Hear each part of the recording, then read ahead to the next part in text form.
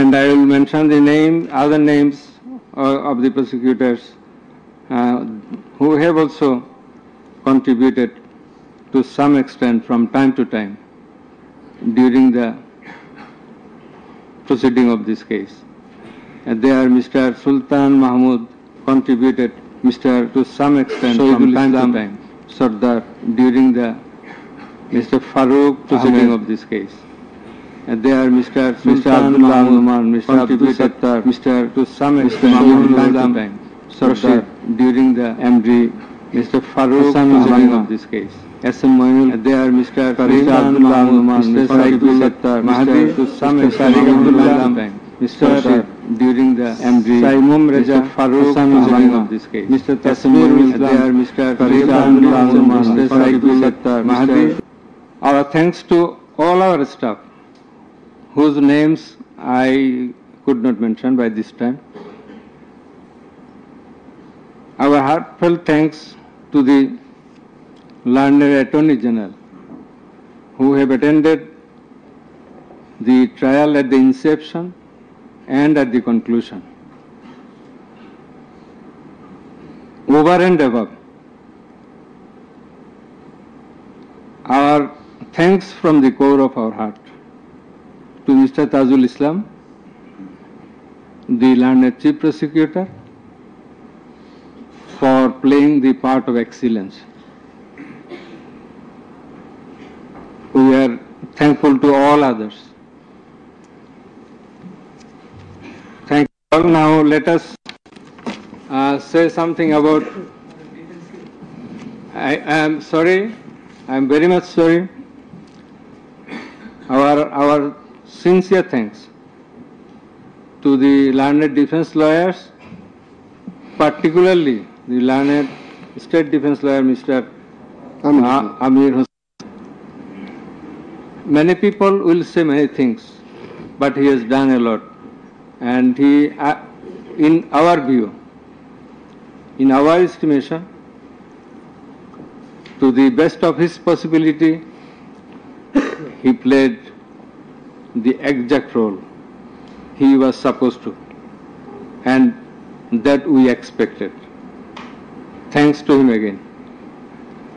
And if anyone is left, sorry that we do not by this time recollect. Our thanks to the learned Attorney General again for his kind presence. We are sorry for being late because many things are connected in the preparation of the judgment. This is a very big matter. For the last couple of days, we could sleep very little, and we had to work continuously for 10 to 12 hours every day. So, anyway, this is our job, but all of you are waiting. You have participated in many ways. Thanks to you all. Now let us discuss something about the judgment. I want to give an idea of the judgment. The judgment comprises 453 pages,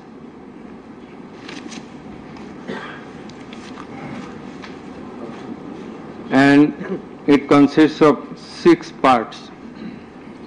The first part includes the index, description of the prosecutors, learned prosecutors and the learned defense counsels, introduction of the accused, origin and object of the tribunal, jurisdiction of the tribunal. Article 7 of the Rome Statute, which is the basis of trial of our tribunal. Elements of the crime against humanity. We are trying the offense, we are holding trial of the crime against humanity. So, elements of crime against humanity, these are enunciated by the Rome Statute and being followed and exercised by the International Criminal Court and other international tribunals. We are also following the Rome Statute as well as our law and particularly the elements as enshrined therein.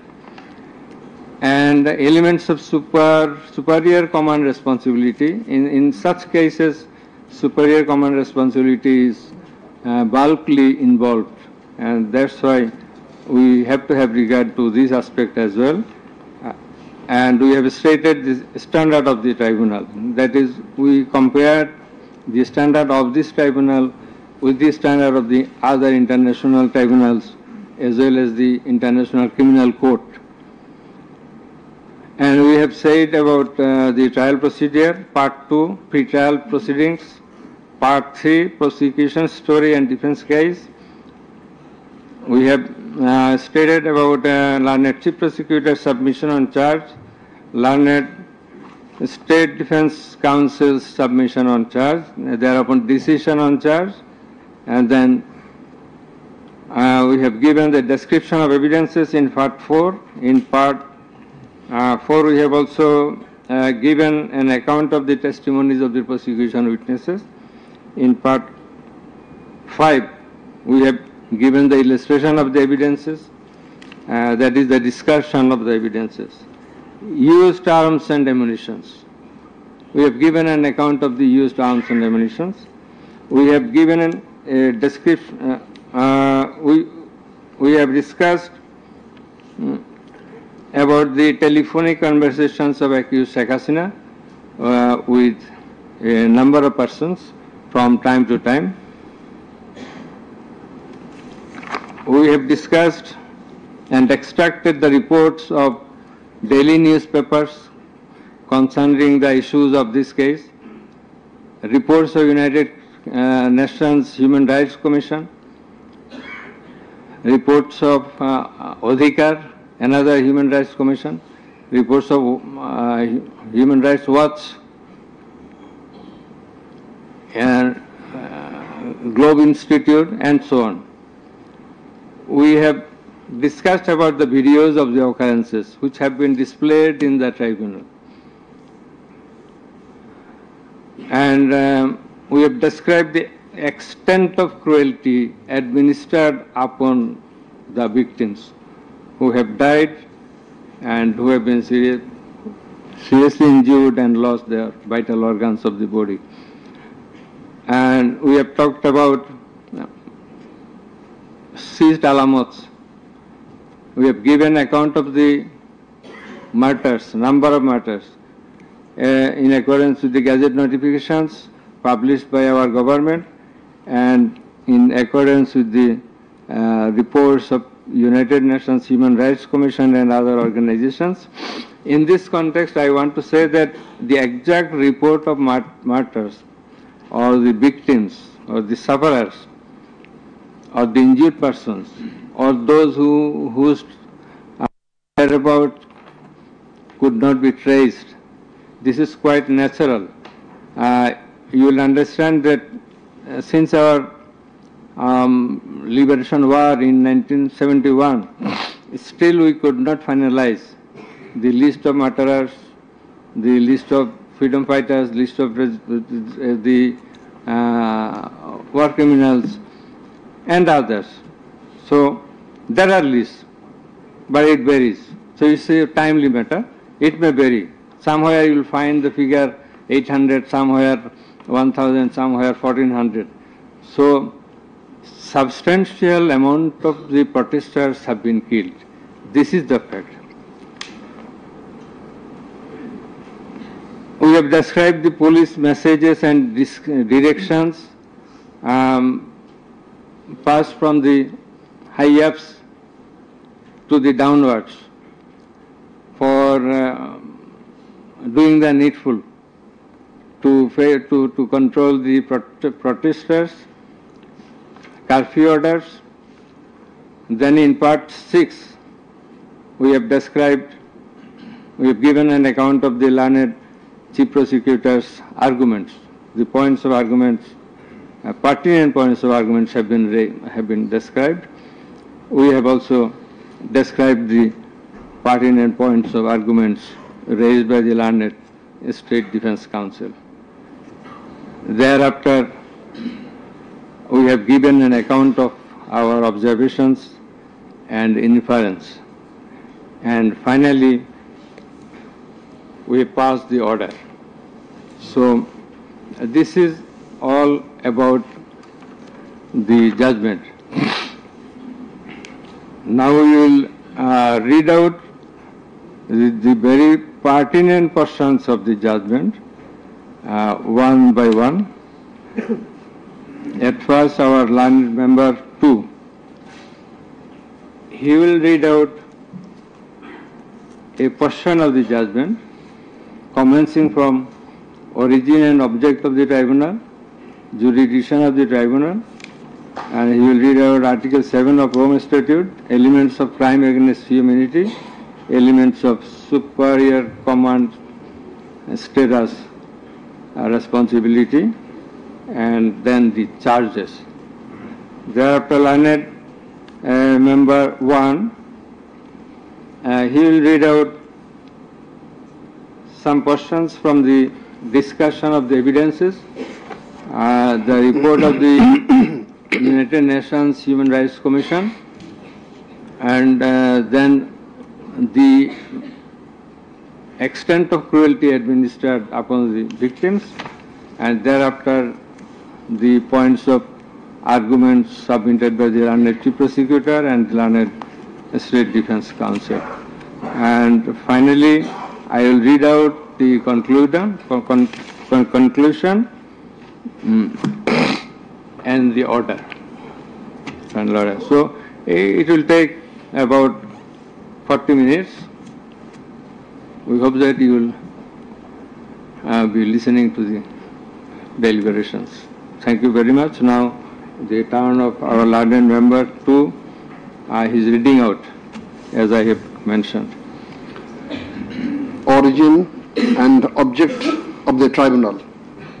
The International Crimes Tribunal has been established under the International Crimes Tribunal Act 1973 to provide for the detention, prosecution and punishment of the persons for genocide, crimes against humanity, war crimes and other crimes under international law committed within or beyond the territory of Bangladesh, whether before or after commencement of the Act. Jurisdiction of the Tribunal.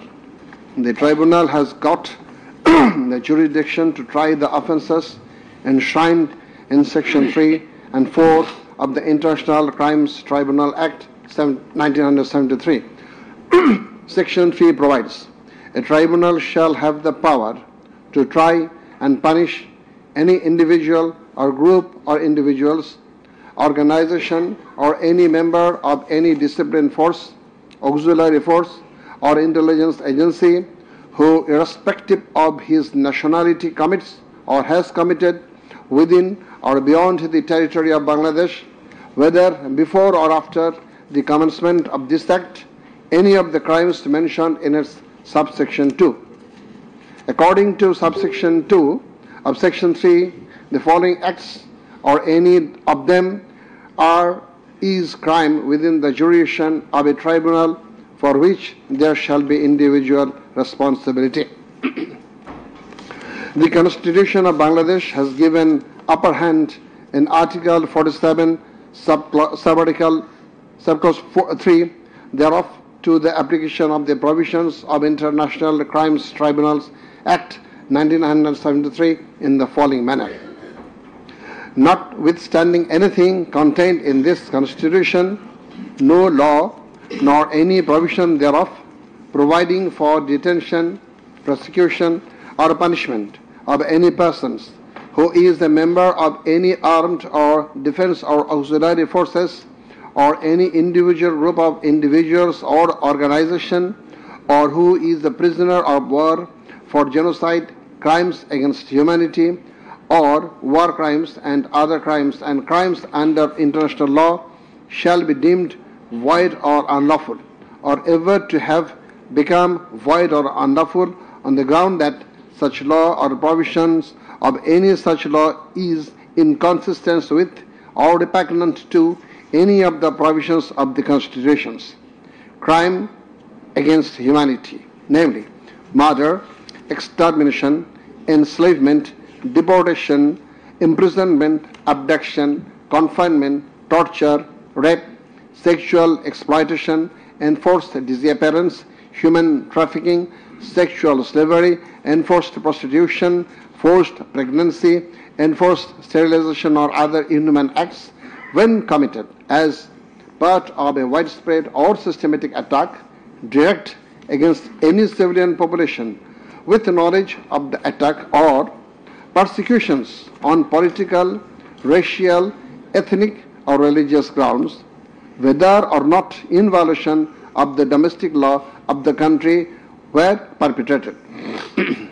Section 4 provides as follows: any individual or groups of individuals or any member of any disciplined force, auxiliary force or intelligence agency who commits a crime within the jurisdiction of the tribunal shall be responsible and liable for a punishment. Any commander, superior officer or leader who orders, permits, acquiesces, incites or participates in the commission of any of the crimes specified in Section 3 or is connected with any plans or activities involving the commission of such crimes, or who fails or omits to discharge his duty to maintain a discipline or to control or supervise the actions of the persons under his command or his subordinates, whereby such persons or subordinates or any of them commit any such crimes, or who fails to take necessary measure to prevent the commission of such crimes.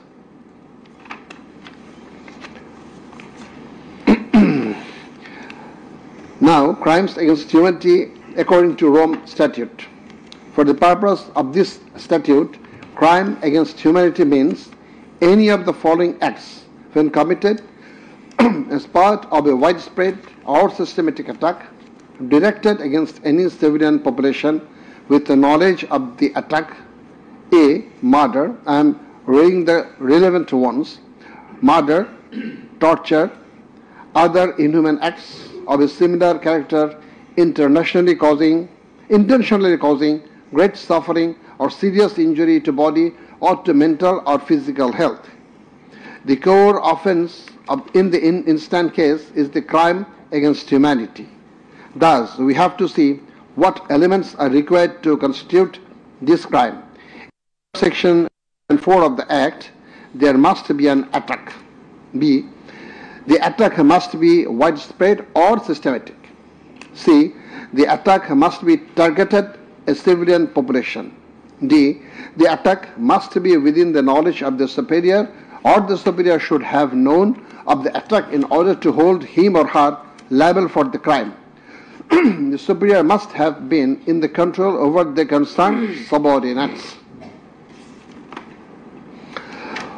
Elements of superior command responsibility. From the jurisprudence and eminent from the international crimes tribunals, it is generally agreed that 4 elements must be proven for a person to be held responsible as superior. The elements are: 1. An international crimes must have been perpetrated by someone other than the accused. 2. There existed a superior-subordinate relationship between the accused and the perpetrator. 3. The accused as a superior knew or had reason to know that the subordinate was about to commit such crimes or had done so. 4. The accused as a superior failed to take the necessary and reasonable measure to prevent such crimes or punish the perpetrator.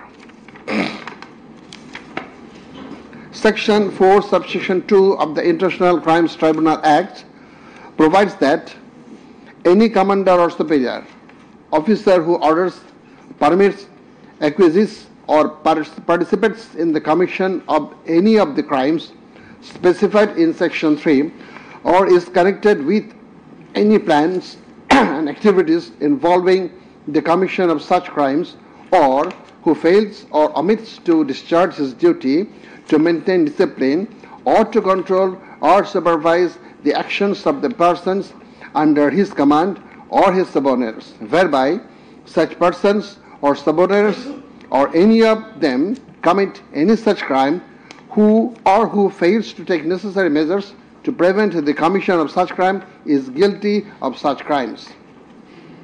Now, I am going to read the charges. On the point of the jurisdiction of this tribunal raised by the learned State Defense Council, it may be noted that there is no scope in law to raise such question, since question of jurisdiction of the tribunal is barred by Section 24 of the International Crimes Tribunal Act. Regarding the allegations against the accused, he merely made flat denials thereto without showing anything subsistence contrary to the acts complained of. On the other hand, on perusal of the formal charges and the documents submitted therewith, and also in consideration of the submission of the learned Chief Prosecutor and the learned State Defense Council, it has been made to appear to us that there are sufficient grounds for framing charges against the accused under Section 3, subsection 2, read with Section 4 of the Act. On hearing both sides, 5 charges were framed against accused Sheikh Hasina individually, and separate 5 charges were framed against accused Asaduzzaman Khan Kamal and Chaudhry Abdullah Al-Mamun jointly. But on scrutiny of the documents and examination of the witnesses of the tribunal deems to condign to reshape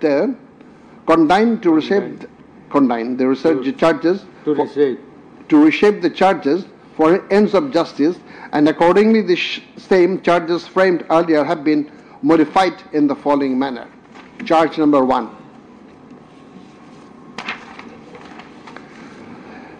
Incitement in order to attack and kill protesting students of Dhaka University and other academic institutions of the country, and also failure to take preventive and punitive measures, and thus killing hundreds and severely injuring thousands of protesters during July Uprising 2024, commencing on 1st July 2024 and ending on 5th August 2024, accused Sheikh Hasina as the Prime Minister of Bangladesh and the President of the ruling party of Bangladesh, Awami League, as well as 14th Party Alliance, in a press conference on 14/7/24 at Gaurav Bhavan, made the following derogatory remark.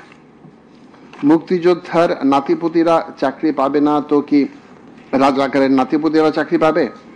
If the grandchildren of freedom fighters should not get jobs, should the grandchildren of Rajakars get it? Pointing towards the protesters of anti-discrimination student movement while demanding rational reform of quota system in government job, whereby the left defamed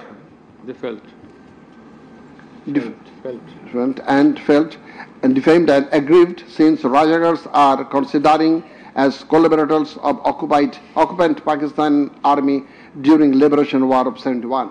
And thereafter, the term has been being used to stigmatize an individual or group of individuals as enemy of the state of the people. Moreover, in a telephonic conversation with ASM Maksud Kamal, the then Vice Chancellor of Dhaka University, Sheikh Hasina, mentioned that she ordered to hang the protesters as the Rajakars have been hanged before.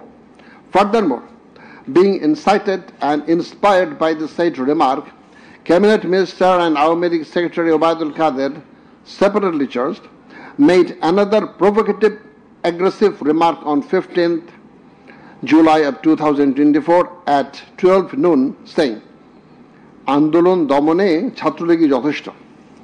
Chhatroligi is enough to bring the movement under control. And as such, the students, female and male, came down to the streets chanting slogans against herself and her party of government. Meanwhile, her subordinates, including the cabinet members, police and other law enforcing agencies, activists of four-party Awami League and its affiliated and allied organization go to incited and inspired of the aforesaid remarks of you and Ubaidul Qadir, and thus they launched widespread and systematic attack within your full knowledge upon the peaceful statement protesters in Dhaka University, causing 297 students injured and many others in different educational institutions throughout the country, including Rangpur Begum Rokeya University, where Abu Said was brutally shot dead by police. By your incitement and order to kill the protesting students who have been injured and killed as the aforesaid, and also by failure to take preventive and punitive measure against the perpetrators, accused Sheikh Hasina committed the crimes against humanity under Section 3, subsection 2, under Section 4, subsection 1, clause B, and Section 4, clause 3, subsection 3, read with Section 20A of the International Crimes Tribunal Act 1973. Charge number 2. Order to use lethal weapon, drones, and helicopters to kill the protesters and execution of the order. During the July uprising 2024, accused Sheikh Hasina held a conversation over telephone with Dr. A.S.M. Maksud Kamal, the then Vice Chancellor of Dhaka University, from Ganabhavan on 14th July 2024 at about 11 p.m., wherein she mentioned that she already ordered to kill the protesters like the Rajakars who have been hanged before. Again on July 18th, Sheikh Hasina conversed over telephone with Sheikh Fazle Nur Taposh, the then Mayor of Dhaka South City Corporation, mentioning that she had already given direction to the law enforcement agencies to use helicopter and lethal weapons to kill and eliminate the peaceful, unarmed civilian protesters, and also ordered them to use drones to locate the protesters. She also told him that she passed orders to arrest and protesters across the country.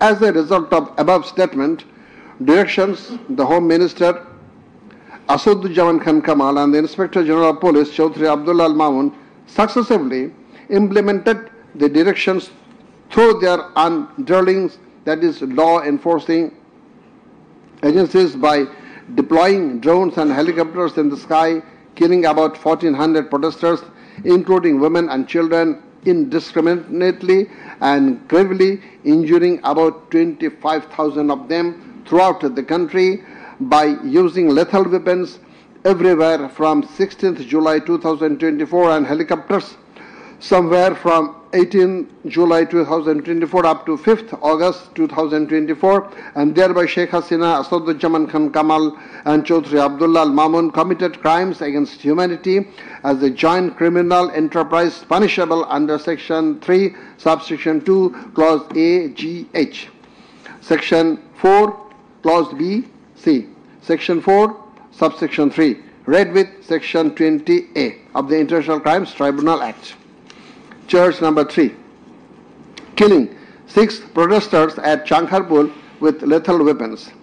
The protesters convened a program titled March to Dhaka to be held on 5th August and made a call to the people of all walks throughout the country to march to Dhaka on the scheduled day. People of all spheres began to assemble in Dhaka from every part of the country on August 5th.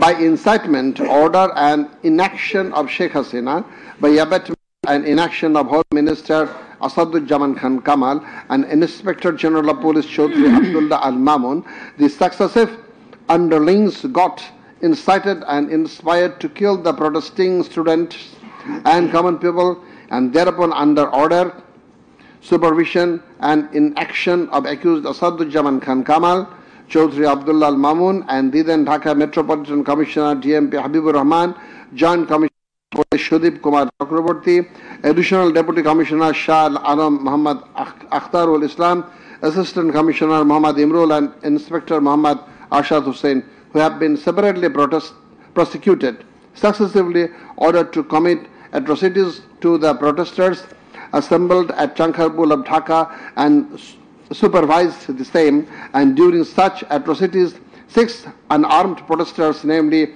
Shahriyan Khan Anas, Sheikh Mahdi Hassan Junaid alias Mustaqin, Muhammad Yaqub, Muhammad Rakib Hawladar, Muhammad Ismamul Haq and Manik Mia alias Shahrik were shot dead by Constable Shujan Hussain, Constable Imaj Hussain and Constable Nasirul Islam, who have been separately prosecuted at Chankharpur as part of widespread and systematic attack. The aforesaid killings took place pursuant to the order of Prime Minister Sheikh Hasina, within her full knowledge and under order, supervision and within the knowledge of Home Minister Asaduzzaman Khan Kamal and Inspector General of Police Chaudhry Abdullah Al Mamun, and by such killings they committed crimes against humanity as joint criminal enterprise by order, abatement and inaction to prevent and punish the perpetrators under Section 3, subsection 2, read with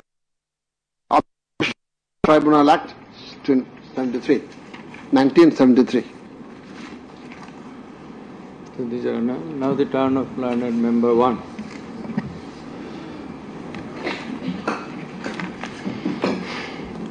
It transpires from the prosecution witnesses deposed in corroboration of the facts of incitement and order of accused Sheikh Hasina to deploy drones and helicopters and also to use lethal weapons to kill the protesters. The daily newspapers of Bangladesh also published reports of such incitement and order of Sheikh Hasina. Moreover, the prosecution exhibited the pendrive CD containing telephonic conversation of Sheikh Hasina with Dhaka University Vice Chancellor A.K.M. Maqsood Kamal, Dhaka South City Corporation Mayor Fazlenut Taposh and Hassanul Haq Inu. The concerned device containing the said conversations have been played in the tribunal, and thereupon we find that in the conversation with the Dhaka University Vice Chancellor A.S.M. Maqsood Kamal, accused Sheikh Hasina mentioned that she already ordered to hang the students as Razakars have been hanged. Now I am mentioning the substantial portion from his conversation with from her conversation with A.S.M. Maqsood Kamal, the accused Vice Chancellor of Dhaka University. Sheikh Hasina, to Razakarer to ফাঁসি দিছি, এবার তাদেরও তাই করব, একটাও ছাড়বো না, আমি বলে দিচ্ছি। শেখ হাসিনা, কোন দেশে বাস করি আমরা? এদেরকে বাড়তে বাড়তে তো রাজাকার অবস্থা হয়েছে, দেখিস নাই? সবগুলোকে ফাঁসি দিছি, এবার তোদেরও ছাড়বো না। শেখ হাসিনা, সব এইগুলাকে বাইর করে দিতে হবে, আমি বলে দিছি, আজকে সহ্য করার পরে অ্যারেস্ট করবে, ধরে নেবে এবং যা অ্যাকশন নেওয়ার নেবে।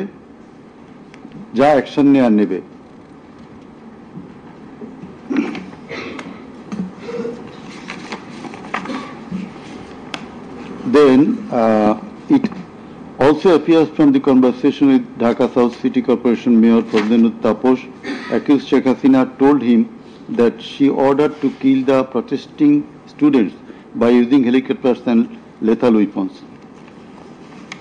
The substantial portion of the conversation is Sheikh Hasina, দরকার নাই, ওটা দরকার নাই, আমি সেনাপ্রধানের সাথে কথা বলেছি, ওরা রেডি থাকবে, ঠিক আছে। এখন তো আমরা অন্য করতেছি, ড্রোন দিয়ে ছবি নিচ্ছি আর হেলিকপ্টারে হচ্ছে মানে কয়েক জায়গায়। তাপস, তাহলে ওই কিছু ছবি দেখে পাকড়াও করা যায় না তাদের রাতের মধ্যে? শেখ হাসিনা, সবগুলিকে অ্যারেস্ট করতে বলেছি রাত্রে। তাপস, হ্যাঁ, পাকড়াও করলে ওদেরকে। শেখ হাসিনা, না, ওটা বলা হয়ে গেছে, ওটা নিয়ে র্যাব, ডিজিএফআই, এনএসআই সবাইকে বলা হয়েছে যে যেখান থেকে যে কয়টা পারবা ধইরা পেল। তাপস, জি। শেখ হাসিনা, ওটা বলা আছে, আর এখানে গ্যাদারিং দেখবে সেখানে, আর যেখানে গ্যাদারিং দেখবে সেখানে ওই উপর থেকে করাচ্ছি, অলরেডি শুরু হয়েছে কয়েকটা জায়গায়। তাপস, জি। শেখ হাসিনা, আমার নির্দেশনা দেয়া আছে, ওপেন নির্দেশনা দিয়ে দিছি। এখন লেথাল উইপন ব্যবহার করবে, যেখানে পাবে সোজা গুলি করবে। তাপস: জি জি। শেখ হাসিনা: না পড়াইয়া দিছে, মেশিনপত্র সব পুড়ে গেছে। আমি বলছি যা যা পড়াতে, ও আমাদের সেতু ভবন পড়াইছে। তাপস: জি, ওরা রাতে মনে হয় আরো ব্যাপক আক্রমণ করবে।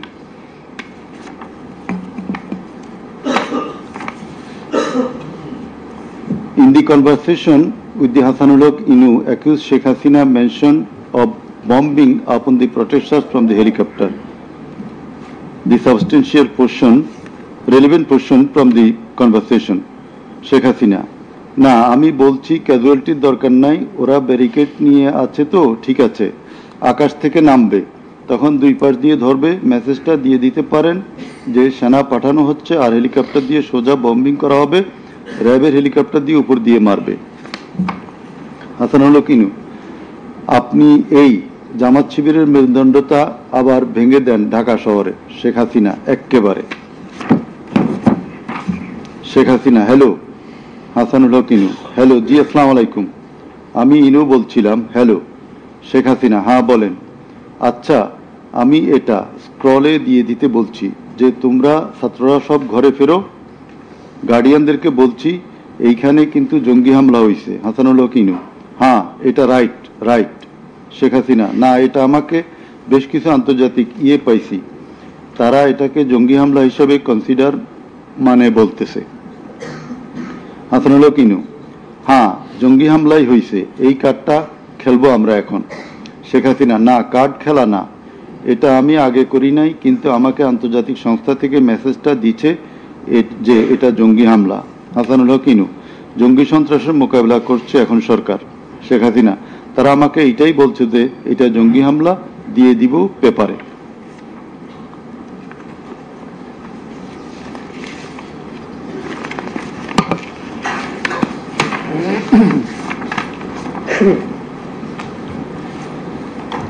Reports of international and national organizations. United Nations Human Rights Office held an investigation into July-August 2024 atrocities in Bangladesh and mentioned in its report that the following inhuman and unlawful acts were committed by protesters during the movement, and reported as follows. Based on direct testimony from senior officials involved and other inside sources, OHCHR was able to establish that the integrated and systematic effort using the entire range of police, paramilitary, military and intelligence actors, as well as violent elements linked to the Awami League, to commit serious violations and abuses occurred with the full knowledge, coordination and direction of the political leadership. The then Prime Minister and Home Affairs Minister led parallel efforts to coordinate the security and intelligence apparatus. Both received regular reports on the situation on the ground from multiple sources. According to senior official testimony, reports provided to the Prime Minister by senior officers on 21 July and in early August specifically conveyed concern about excessive use of force. Both political leaders and the leadership of Bangladesh Police and the Army also carried out site visits that would have provided them direct personal knowledge of violations that had taken place or were ongoing. Furthermore, the political leadership issued direct orders and other directives authorizing and guiding operations by BGB, RAB, DGRI, the Bangladesh Police and its detective branch that involved serious violations of human rights against protesters and other civilians, including extrajudicial killings and arbitrary detention. Based on reported deaths complied by governmental and non-governmental sources in combination with other available evidence, OHCHR assesses that as many as 1,400 people could have been killed during the protests. The vast majority of whom were killed by military rifles and shotguns loaded with lethal metal pellets commonly used by Bangladesh's security forces. Thousands more suffered severe, often life-altering injuries. More than 11,700 people were arrested and detained, according to the information from the police and RAB provided to OHCHR.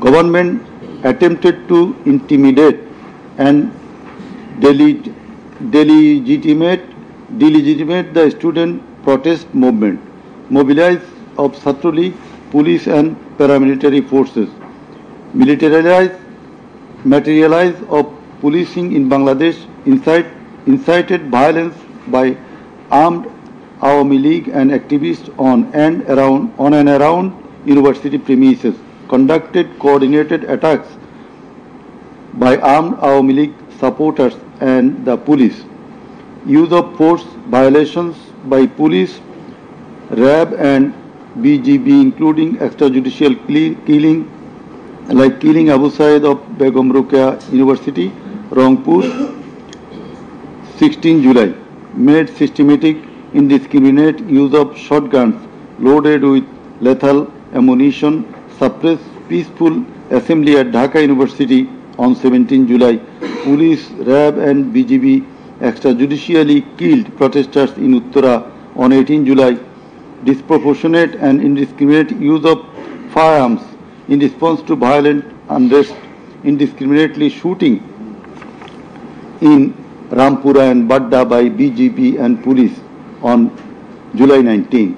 Violently cleared the Dhaka-Chattogram highway in Jatrabari on between 16 to 21 July. Extrajudicial killings to suppress the march to Dhaka on August 5 involved the army, who shot at protesters at Jamuna Future Park on 5th August 2024, used helicopter to intimidate and deploy possibly unlawful force, obstructed of medical care and denied necessary medical documentation, obstructed medical treatment of victim Sheikh Asabul Yamin, shot by police, caused mass arbitrary arrests, detention without due process and torture and ill treatment, caused block raids and mass arrests, including injured persons. Students and opposition leaders attacked journalists, children and women, and caused unjustified shutdown of internet. In the said report, Mr. Volker Turk, the High Commissioner of Human Rights Office of United Nations, that the atrocities committed in July Revolution 2024 in Bangladesh was preconcerted and systematic in order to remaining in power. There are cogent grounds to believe that hundreds of extrajudicial killings, arrests, detention and torture were carried out by the political leaders and the highest law enforcing authorities within their knowledge and under their direction and supervision as strategy to suppress the movement, whereby human rights have been seriously violated and thus international crimes have been committed. He also observed that the evidences collected do depict a picture of widespread state atrocities and targeted killings. He further remarked that such atrocities ought to be brought under accountability. There are many other similar reports by the Global Institute International Truth and Justice Project, Bloodshed in Bangladesh, World Report 2025 of Human Rights Watch. Then we are going to videos of the occurrences. It appears from the Caesar list contained in Volume 4, captions, Caesar list and documentary evidence, that a good number of videos of the alleged occurrences have been seized by the investigating officer, which are described below. Number 1. A video of 1 hour 23 minutes and 5 seconds showing a press conference dated 14 July 2024 of accused Sheikh Hasina after her return from China, in which she, in answer to a question of one journalist, angrily remarked, pointing towards the protesting students, মুক্তিযুদ্ধের বিরুদ্ধে আর মুক্তিযোদ্ধার বিরুদ্ধে এত ক্ষোভ কেন? মুক্তিযোদ্ধাদের নাতিপুতিরা চাকরি পাবে না তো কি রাজাকারের নাতিপুতিরা পাবে? Number 2, a video of 35 seconds dated 15 July 2024 showing protest of the agitated students of Dhaka University at midnight against the remark of Sheikh Hasina made in the press conference dated 14 July 2024 pointing towards the protesting students. Number 3, a video showing the remark Rajakarder jawab debe Chhatrolig. Number 4, a video of 1 minute 5 seconds which shows attack upon the students of Kota movement by Bangladesh Chhatrolig leaders and activists on 15 July 2024 at night. A video which shows that Prime Minister Sheikh Hasina, while visiting damaged metro rail station on 26 July 2024, defended her previous comment in the press conference dated 14 July 2024. Number 6, a video showing Prime Minister Sheikh Hasina in course of her deliberation in a function of Jubo Mohila League held in July 2024 commented that the Kota movement was illogical and also commented Jamaat Shibir Manusher Jatna. Number 7, a video showing some adverse remark of Sheikh Hasina against the female students of Ruqya Hall of Dhaka University meeting at her office on 15 July 2024. A video showing how Sheikh Hasina asked Delhi to attack Dhaka. A video shows the scenario of how protesting student Mugdho was shot dead in the July movement. This video was broadcast by YouTube channel named Narrative Bangladesh on 19 April 2025. A video which shows the scene of shooting a young person named Ridoy by police in the July movement.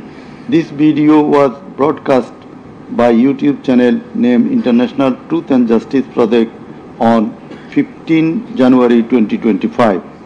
A video named Jatrabari Evidence of a Massacre Bangla showing the scenarios of killing and torturing some participants of the movement.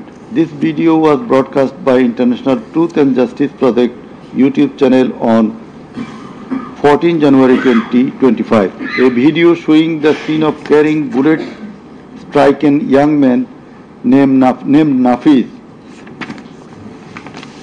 at Farm Gate of Dhaka. This video was broadcasted in Jamuna TV YouTube channel on 14 August 2024. A video showing how movement participant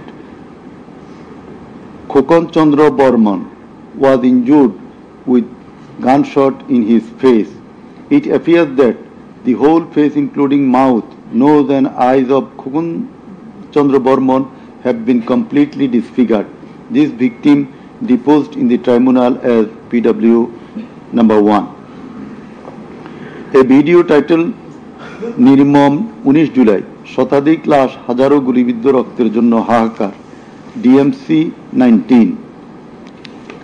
A video titled RAB helicopter attacked Kota Andolan 2024 showing operation upon the protesters from RAB helicopters at different parts of Dhaka in July 2024.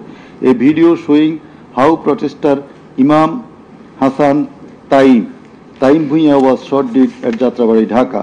4 videos in a pen drive showing the passing of order by DMP Commissioner Habibur Rahman to the subordinate asking them to shoot the protesters below waist.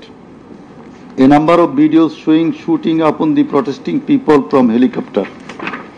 A video showing the scene of burning the dead bodies of protesting students and common people by police at Ashulia, Dhaka on 4th August 2025 during the July movement. A video showing the scene of Abu Said, a coordinator of July movement 24, being shot multiple times by police at a close range with lethal weapon.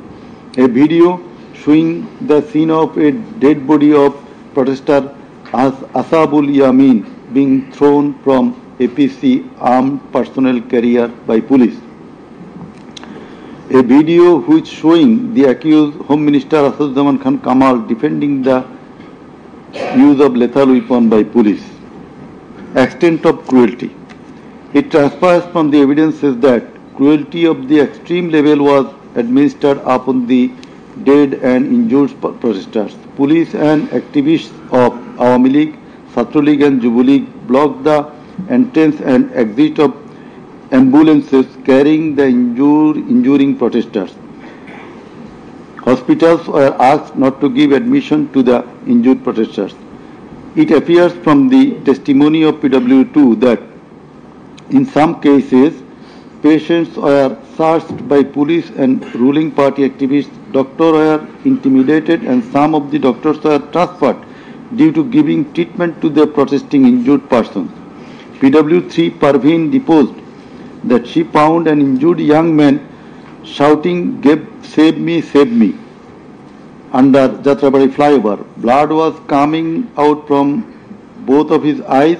Parveen pulled him up and put him on her shoulder and looking for a rickshaw. And then 14 to 15 armed police shot them. The injured man, being hit by bullets, fell down from her shoulder. They also shot PW Parveen at her left eye, lower abdomen and other parts of the body. Blood was gushing out of her body and thus she fell down. Coordinator of the movement, Abu Said of Begum Ruqayya University, Rangpur, was shot at a close range. Doctors were forced to change his post-mortem report 5 times. PW8 Naeem Chikdar was shot at a close distance of 5 meters. He was hit by 500 bullets and 3 hospitals refused to admit him, apprising that Prime Minister Sheikh Hasina instructed to refuse admission to the protesting patients. PW8 also said that Chhatra League activists were searching him and as such he was hidden in separate room by the doctors. It is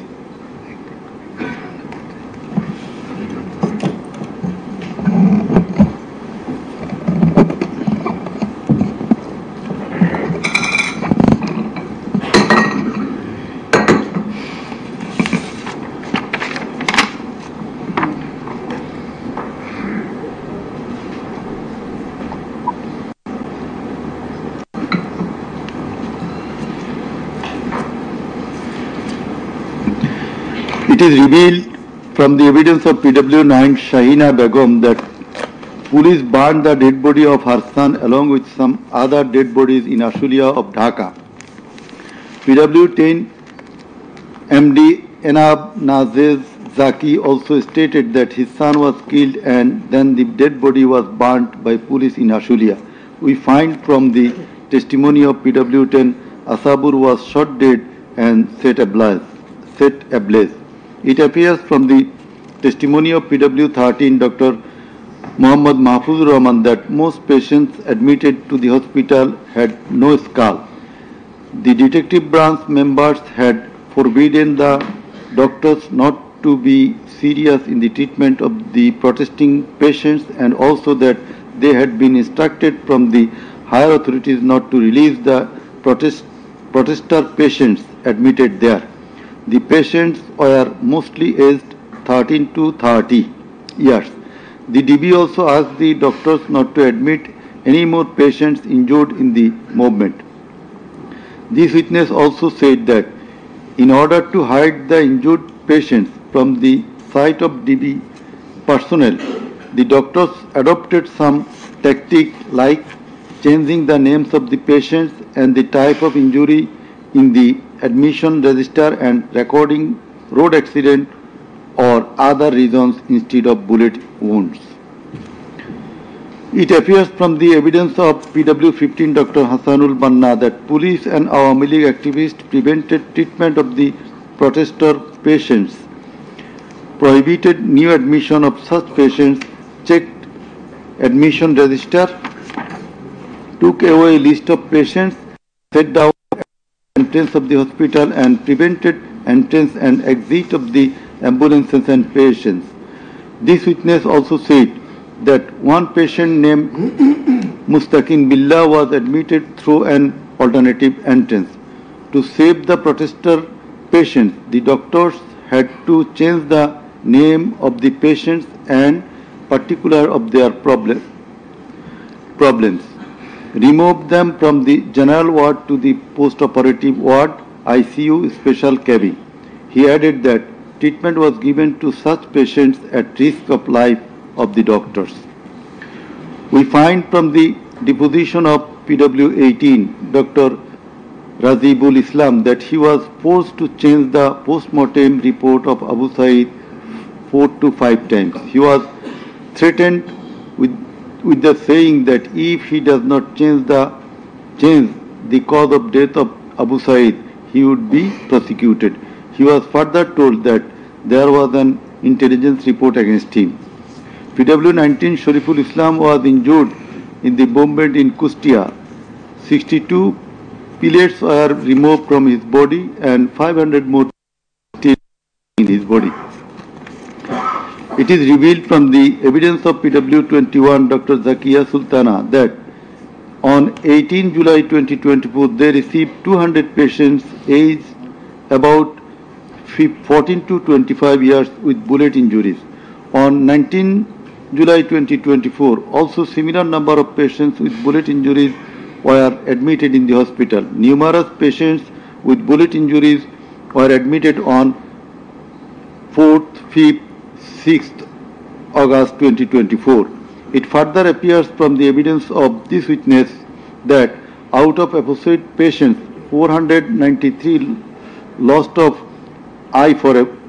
one eye forever, 11 lost both eyes forever, 28 lost vision of both eyes and 47 lost vision of one eye. It appears from the evidence of PW22 Mr. Idris that while his son Maruf Hussain, after being shot by police, was being taken to the hospital, a policeman poked the wounded area of his son with the rifle butt. PW23 Amena Akhtar deposed that while Home Minister Asaduzzaman Kamal and IGP Chaudhry Abdullah Mamun were passing across Jatrabari, one police officer was showing them a video of their attacks on protesters and said, "Guli kori ekta, more ekta, ahoto hoy ekta, ektai jay, bakita jay na." It transpires from the testimony of PW27 Dr. Mashuk Ahmed that Chhatralik activists stopped ambulance carrying protesting wounded near Shahidullah Hall of Dhaka University. They also checked the patient identity, asked the doctors not to treat the wounded protesters and also not to be so serious in their treatment. He further said 5 doctors were transferred elsewhere due to rendering treatment to protesters with bullet injuries. This witness also stated that the direction of the gunshot wounds of the patients treated on 19, 20, 21 July and 4-5 August in Dhaka Medical College Hospital was from the top to the bottom. He meant that the gunshot was done from above, which obviously implies helicopter. It appears from the evidence of PW47 Nahid Islam deposed that bullets were fired from helicopter and that many false cases were filed against the protesters and also that the activists of Awami League, Jubo League and Chhatra League prevented the treatment and burial of protesters. Furthermore, some of the protesters were forcibly disappeared and many dead bodies of the protesters were concealed. He himself and some other student leaders were abducted. PW 48 Ali Ahsan Junaid stated that on 15 July 2024, Chhatra League activists brutally attacked and injured the Dhaka University students, hindered going to the hospital and tortured them in the hospital. He further said that the protesters were fired from the helicopter. We find from the evidence of PW 54, Mr. MD Alamgir, investigating officer, that the protester named as Ashabul Yamin was thrown down from the APC by the police.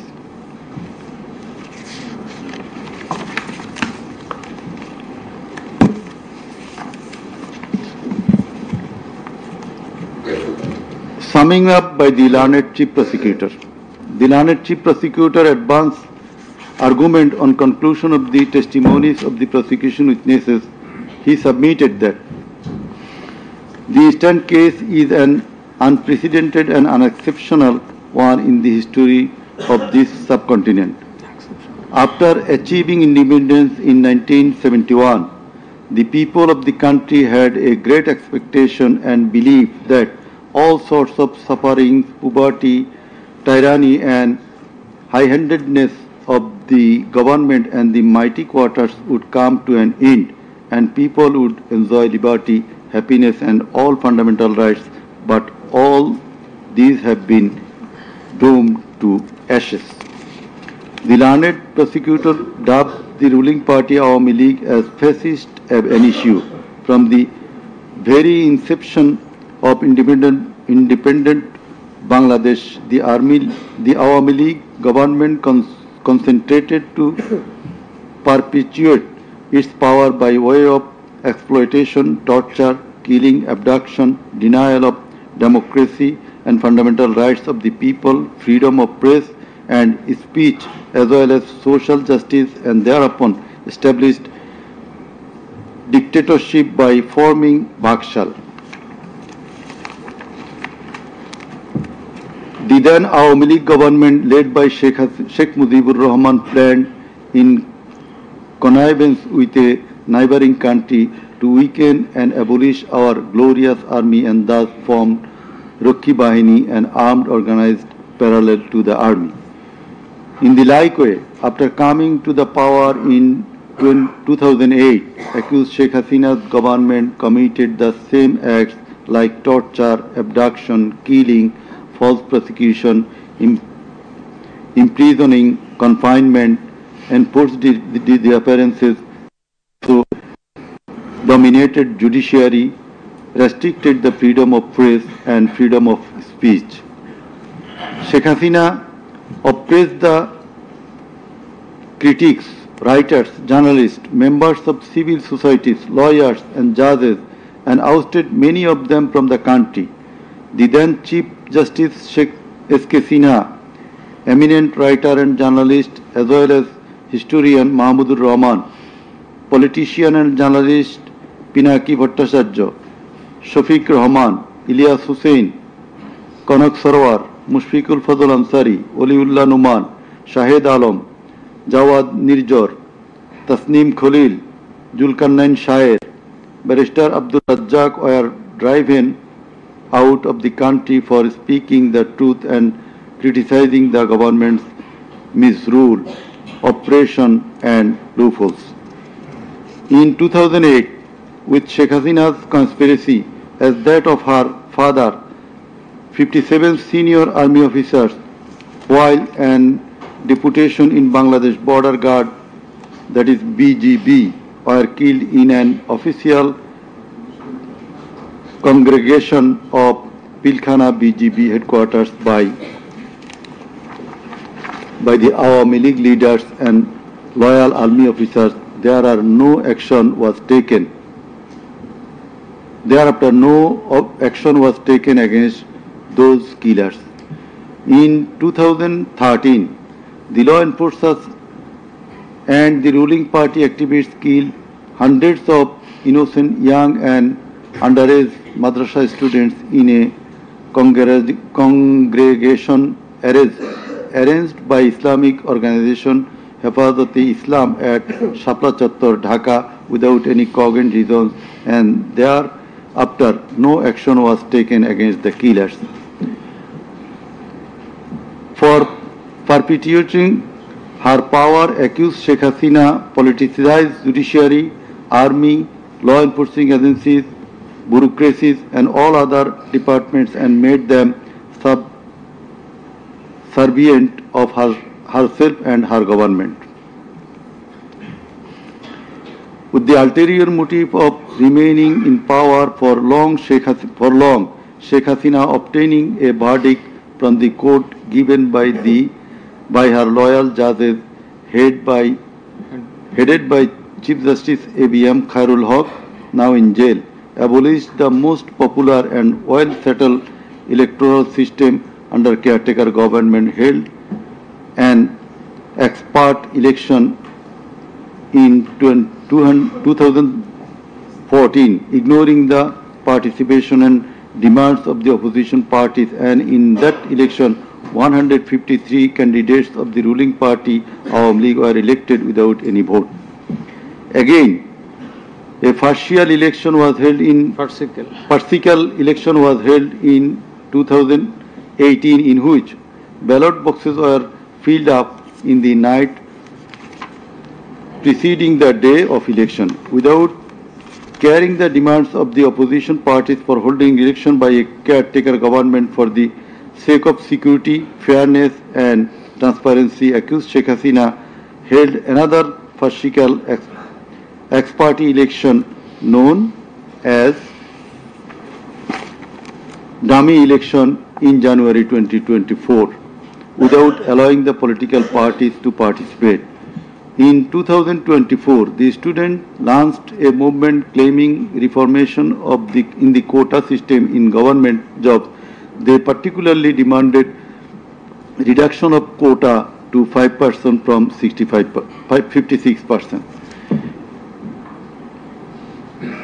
Instead of fulfilling the demand of the students or speaking with them on the issue, Sheikh Hasina, in a press conference on 14 July 2024, made a derogatory comment pointing towards the students of quota movement, saying, "Mukti Juddhar nati putira chakri pabe na to ki Rajakarer nati putira chakri pabe." Whereupon the student of Dhaka University got extremely agitated and assembled at Raju Bhaskurjo in front of TSC of Dhaka University, where they protested against Sheikh Hasina's humiliating comment and demanded her apology. Meanwhile, Awami League Secretary and Cabinet Minister Obaidul Qadir and Chhatra League Yuva League leaders stated in their party meeting that Chhatra League was enough to control the protesting students, and thus the agitation spread out in all other educational institutes throughout the country.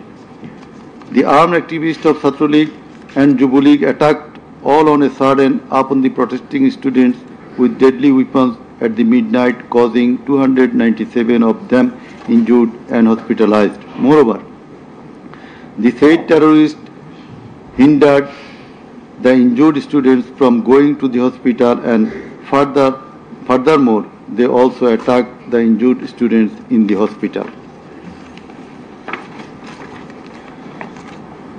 From 16 July 2024, the Chhatra League and Yuva League terrorists, along with the law enforcers, killed and injured many students at various parts of the country.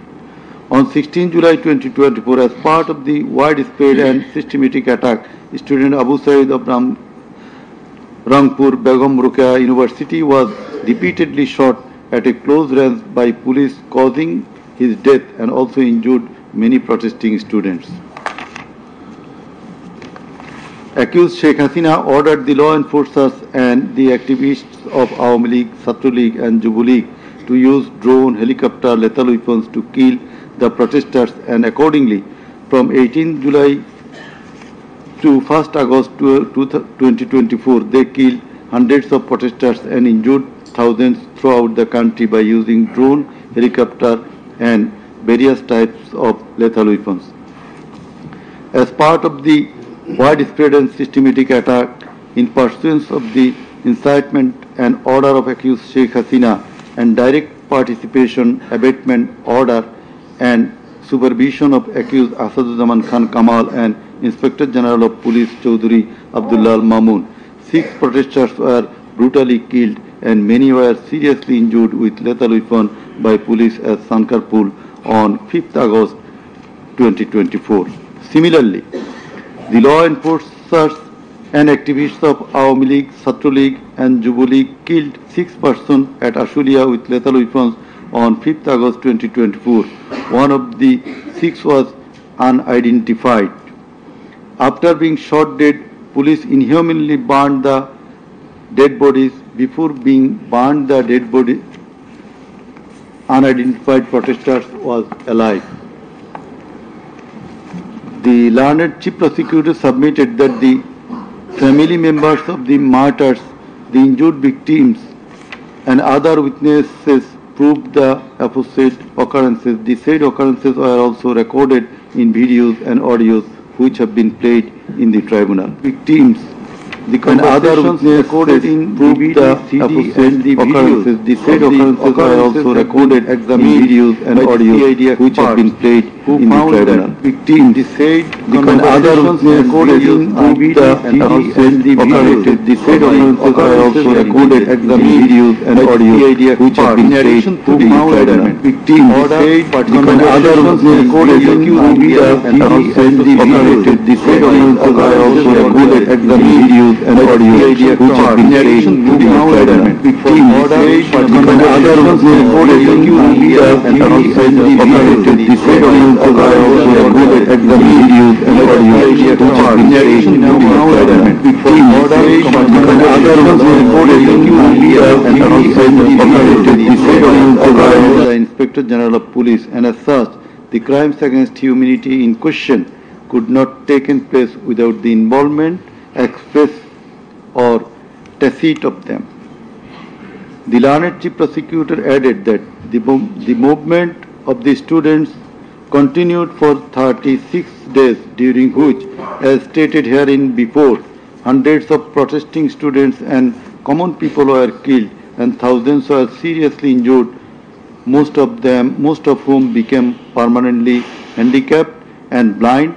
But accused Prime Minister Sheikh Hasina and the other accused and none of the government authorities or the leaders of the ruling party Awami League expressed concern or remorse for such atrocities so far.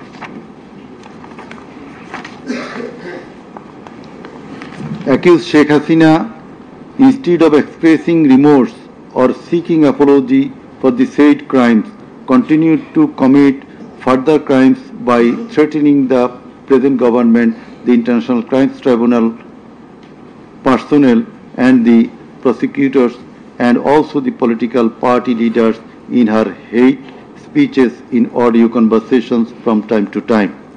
This tribunal, by an order on the application of the prosecution, prohibited Sheikh Hasina to be restrained from making hate speeches anymore, but she continued to do so. Sheikh Hasina committed contempt of this tribunal by threatening the concerned officials of the government as well as the tribunal personnel, inclusive of the prosecutors, to kill 226 persons and burn the houses of the rival party leaders and activists in an audio conversation with one of her party activists, for which the tribunal drew a contempt proceeding against her.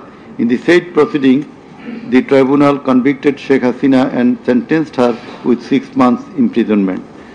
The accused committed crimes against humanity jointly by their incitement, order, abatement, participation and inaction, which come within the purview of joint criminal enterprise and superior command responsibility.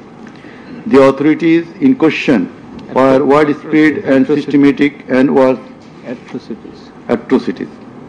The atrocities in question were widespread and systematic, and it was directed against the civilian population.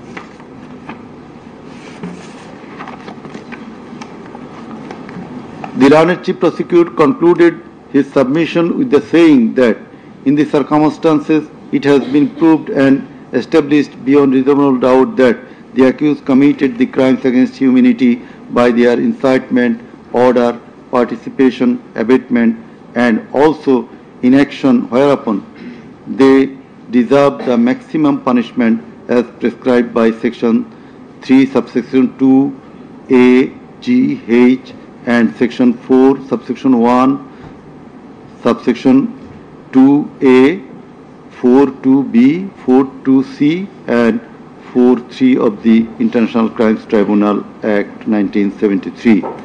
He added that the evidences against the accused are so strong and adequate that if they are tried in any other court or tribunal in the world, they would be awarded the maximum punishment.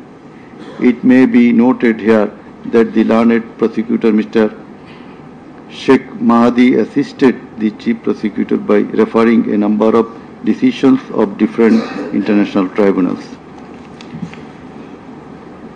In the summing up session, the learned Attorney General of Bangladesh appeared and shared the concluding submission. In his submission, the learned Attorney General referred to the conviction and sentence of many of the heads of government and states in the world for their commission of crimes against humanity, and thereupon he asked for awarding maximum punishment to the accused of the instant case so that no other Prime Minister or the head of state recur such atrocities in the days to come. Summing up by the learned State Defense, Mr. Amir Hussain, the learned State Defense Counsel, argued that accused Sheikh Hasina and Asaduzzaman Kamal are quite innocent. The accused did not incite or order or participate or abet the commission of the crimes against humanity in question. The trial itself against the accused under the International Crimes Tribunal Act 1973 is unlawful since the act was passed for the purpose of trial of the persons who committed genocide in 1971.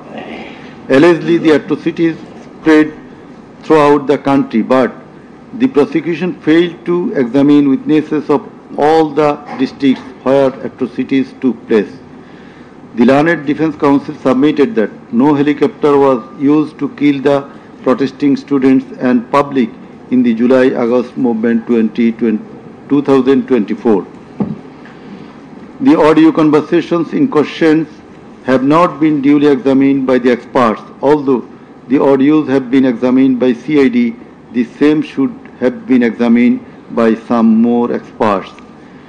He questioned the prosecution's claim as to the number of the dead and injured.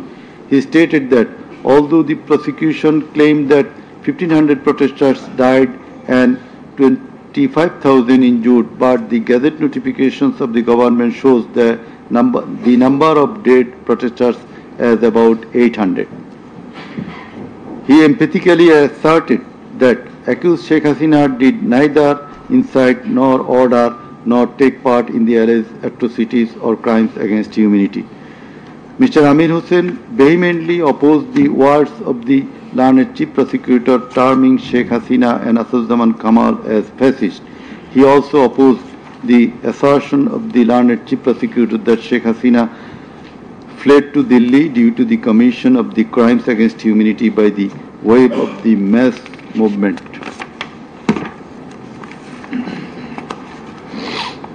Rather, she was compelled to depart the country against her will. The learned State Defense Counsel argued that the attack in question was neither widespread nor systematic nor directed against the civilian population. The learned State Defense Counsel further submitted that the accused Sheikh Hasina and Asaduzzaman Khan Kamal cannot be held liable for joint criminal enterprise or superior command responsibility. He finally submitted that accused Sheikh Hasina and Asaduzzaman Khan Kamal are quite innocent and as such they deserve to be acquitted of the charges. Now, the Honorable Chairman of the Tribunal, Mr. Justice Ghulam Murtuza Chaudhary, will read out the final portion of the judgment, including the observation. Thank you. Thank you.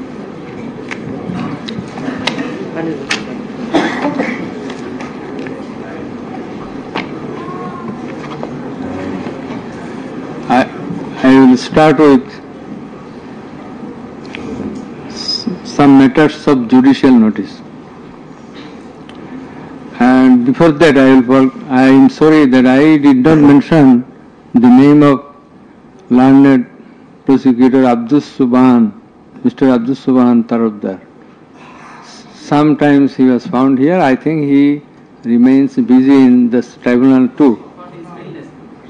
Sorry? So he was seen sometimes here to assist us. So our thanks to him as well. We have taken judicial notice of some incidents. Number 1, accused Sheikh Hasina started making contemptuous and hate speeches in the social media subsequent to the July movement 2024, whereupon she was ordered by this tribunal to be restrained from such speeches of contempt and hatred. Secondly, in a telephonic conversation with a party activist named Mr. Shakil, accused Sheikh Hasina infringing tribunal's order made some hateful and contemptuous remarks, asking said activist Shakil to kill 226 persons, as 226 cases have been filed against her, and to burn the houses of the rival people, whereupon this tribunal convicted her for contempt of the tribunal and sentenced her to 6 months imprisonment.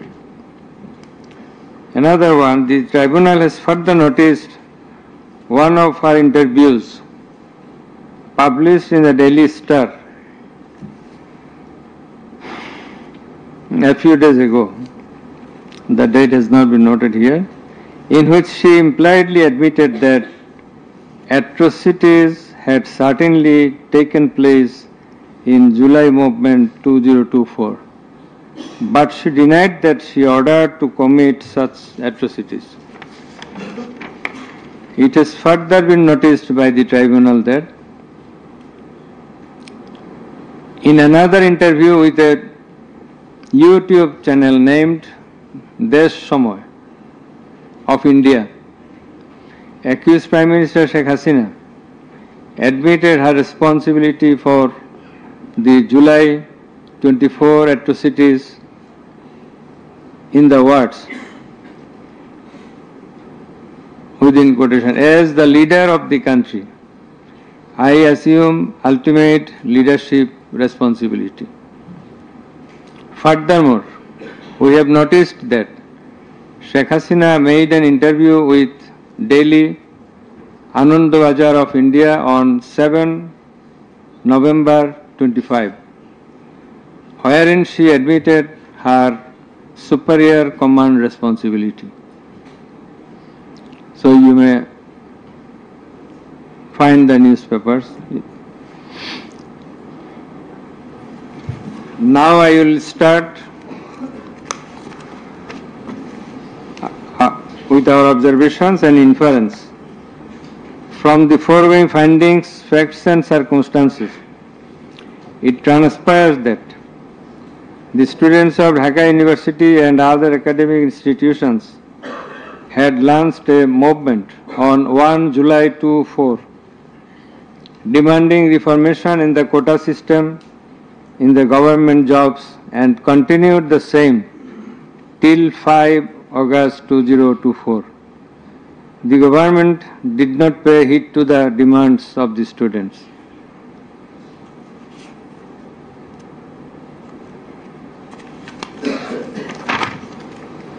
Instead of listening to the students and fulfilling their demands, the then Prime Minister, accused Sheikh Hasina, undermined the movement and made a derogatory remark pointing towards the students, terming them Rajakars.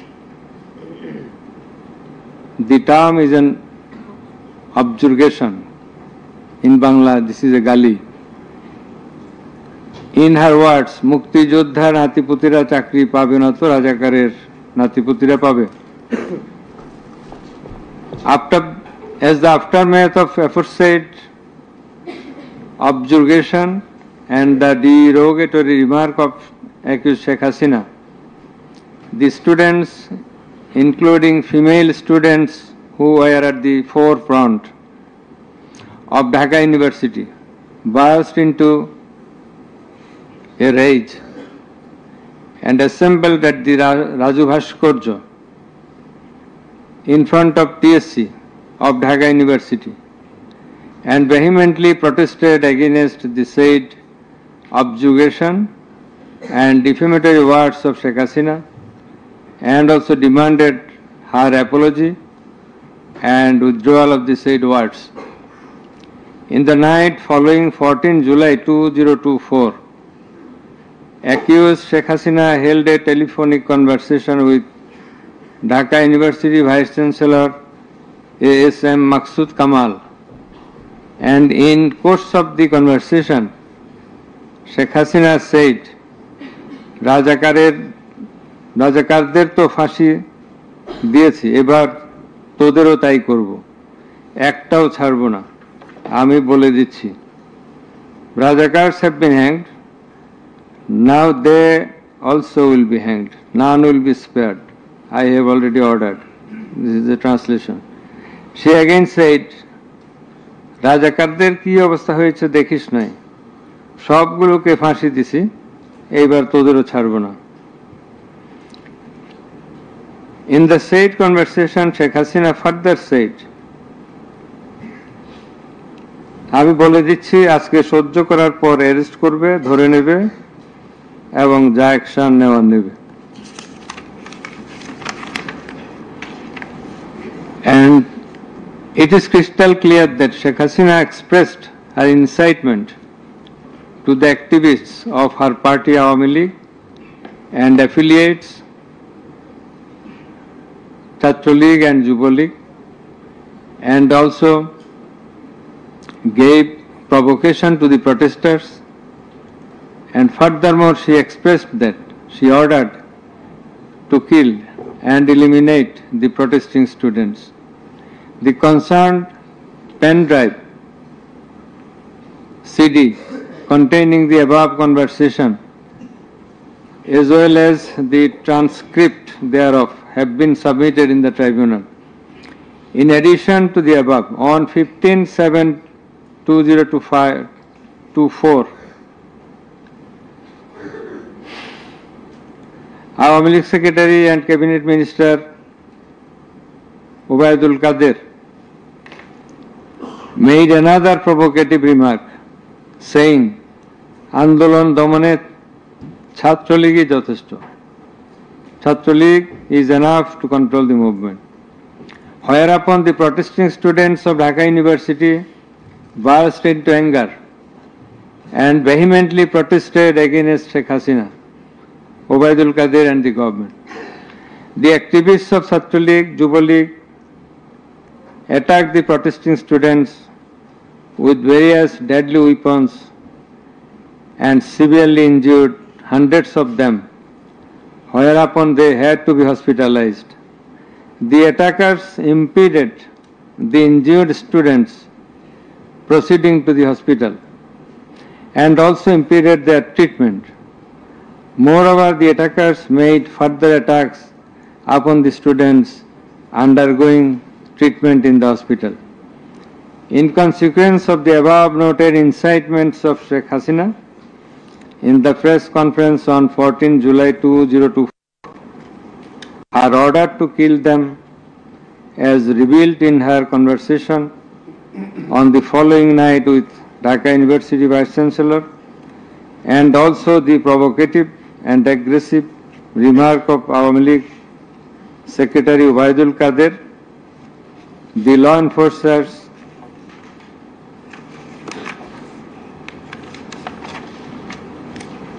and activists of Chhatra League and Yuva League attacked the protesting students at Dhaka University throughout the country, inclusive of Rangpur Begum Rokeya University. And in furtherance thereof, police shot Begum Rokeya University student Abu Said repeatedly at a close range, whereupon he succumbed to the gunshots. The above mentioned conversation of Sheikh Hasina with the Dhaka University Vice Chancellor S.M. Maqsood Kamal has been examined by the experts in the CID Forensic Laboratory, and it appears from the report of the examination that the conversation was genuine and that the same have not been generated by artificial intelligence, AI. The concerned experts deposed in corroboration of the genuineness of the impugned conversation. Furthermore, we find support of such conversation in the reports of daily newspapers. In addition to the above, the concerned CD, pen drive containing the conversations has been played in the courtroom in course of the proceeding, and thereupon the conversation seemed to be genuine. The remarks of Sheikh Hasina in the press conference on 14/7/24 has been watched by many people in the television channel and social media. Almost all the witnesses, while deposing in the tribunal, mentioned that they watched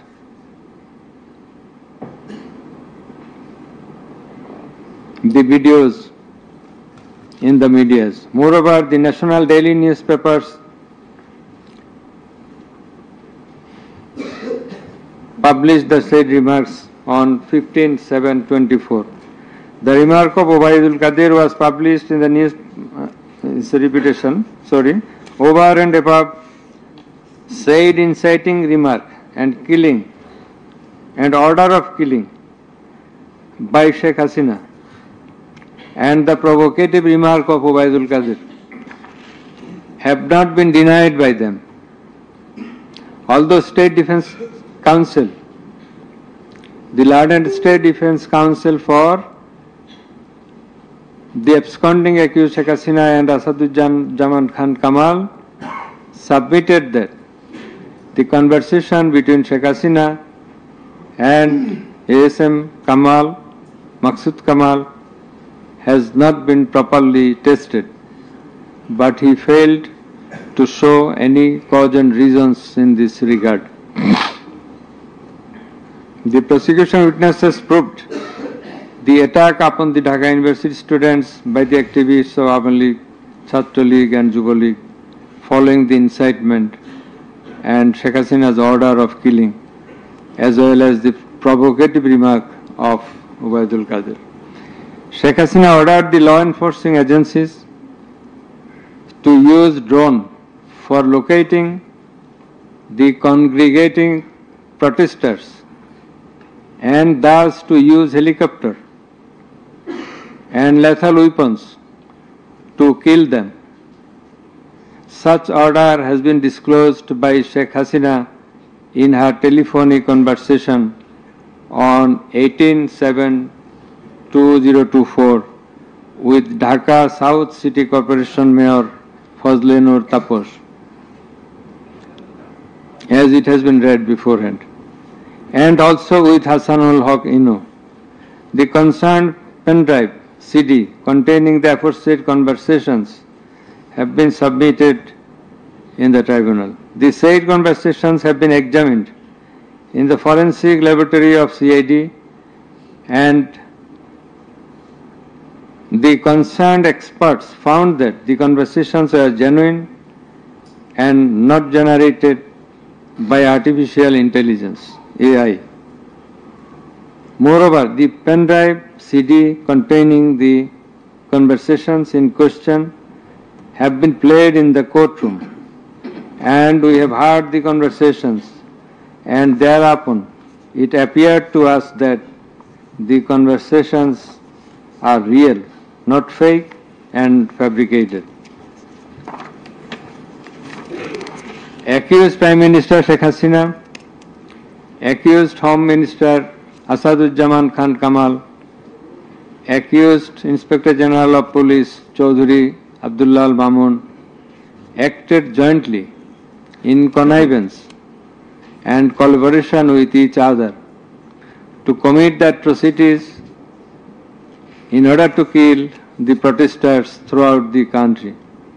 It has been disclosed by Chaudhry Abdullah Al Mamun in his testimony that a core committee consisting of Home Secretary Jahangir, Additional Home Secretary Political Mr. Tipu Sultan, Additional Secretary Reza Mustafa, SB's Chief Monirul Islam, DB Chief Harun Rashid, RAB DG Barrister Harun Rashid, DMP Commissioner Habibur Rahman, DG of BGB Major General AKM Major General Ashrafuzzaman Siddiqui, DG of Ansar Major General AKM Aminul Haq, NTMC Chief Major General Ziaul Ahsan, DGFI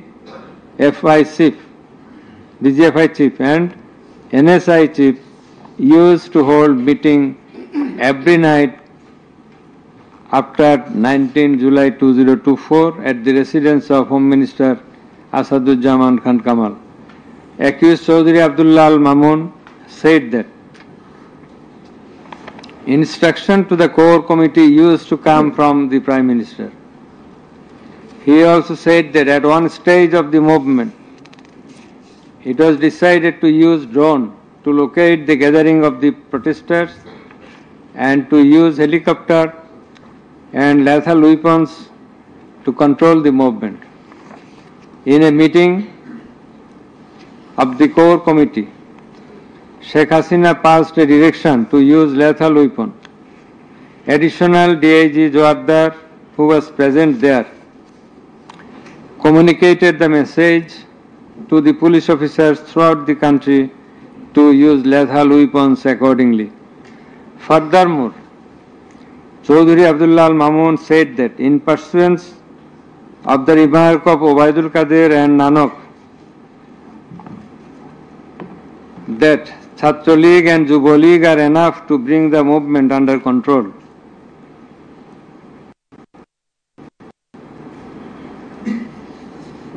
He further said that following such remarks, activists of Chhatra League and Jubo League attacked the students of Dhaka University. He also said that a lot of protesting students and public were killed by using drone, helicopter and lethal weapons throughout the country. Chaudhry Abdullah Al Mamun further asserted in his testimony that he, along with Home Minister Asaduzzaman Khan Kamal, Home Secretary and DMP Commissioner, went to Narayanganj on 29/7/24 to observe the situation of the movement, and on the way they stayed for a while in front of Jatrabari police station, and then DC Iqbal of Wari Zone showed a video to the Home Minister on his mobile and said, "We shoot one, that one dies, that one gets injured, but the others do not move. Therefore, it is perspicuous from the above that all the three accused led the operations against the protesting students and public jointly as a matter of joint criminal enterprise. As the aftermath of Sheikh Hasina's order, as well as the supervision and guidance of accused Home Minister Asaduzzaman Khan Kamal and IGP Chaudhry Abdullah Al Mamun, the law enforcers and activists of Awami League, Chhatra League and Yuva League invaded the protesting students and public throughout the country by using drone, helicopter and lethal weapons, causing death to about 1,500, inclusive of 6 protesters at Sankarpur of Dhaka, namely Shahryar Khan Anas, Mahdi Hassan Junaid, MD Yaqub, MD Rakib Hawladar, Muhammad Ismamul Haq, Manik Mia alias Shaharik, and another 6 protesters at Ashuria of Sabar, namely Sajjad Hussain Shajol, As-Sabur, Tanzil Mahmud Sujoy, Bayezid Bustami, Abul Hussain, and another unidentified protester near Dhaka, and caused grievous injuries to about 25,000 of them. In Ashulia, the aforesaid 5 dead bodies and another body of an unidentified injured protester were burned with petrol by police. The law enforcers and the activists of Awami League and those of its affiliated organizations named Chhatra League and Yuva League killed and injured the protesting students and members of the public with lethal weapons like SMG, LMG, China rifle, shotgun, 9mm pistol, 7.62 pistol, both on the ground as well as from the helicopters from above the ground. The atrocities were committed by incitement, order, abatement, and failure to take preventive and punitive measures of the accused Prime Minister Sheikh Hasina, accused Home Minister Asaduzzaman Khan Kamal, accused Inspector General of Police Chaudhry Abdullah Al Mamun, and by the abatement, aid and perpetration of the underlings, that is the subordinates. Some of the injured victims, members of the families of dead and injured protesters, other eyewitnesses from different parts of the country deposed in support of the atrocities of killing and injuring hundreds and thousands of protesters all over the country. Under the foregoing facts and circumstances, it has ostensibly been substantiated that the atrocities of killing and gravely injuring the protesting students and public took place almost all over the country. In view of the testimony of the investigating officer, the atrocities during the movement, July movement 2024, the atrocities occurred in 50 districts and lethal weapons were used in 41 districts of Bangladesh.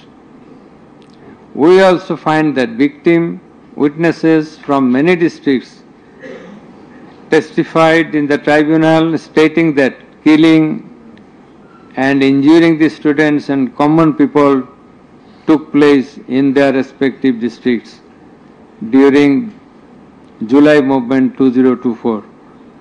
Thus, it is clear enough that attack in question was directed against civilian population, and it was widespread and systematic Therefore, in the atrocities of killing and gravely injuring the protesters as aforesaid, accused Prime Minister Sheikh Hasina committed crimes against humanity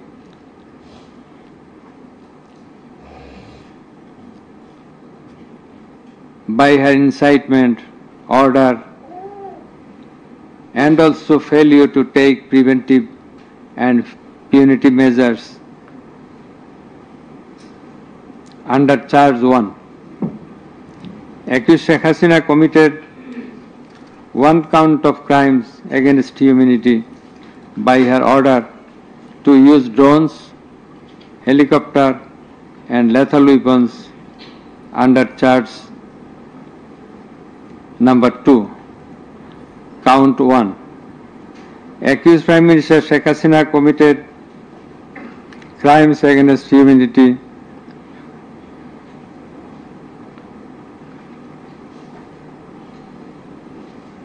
on one count under charge 1.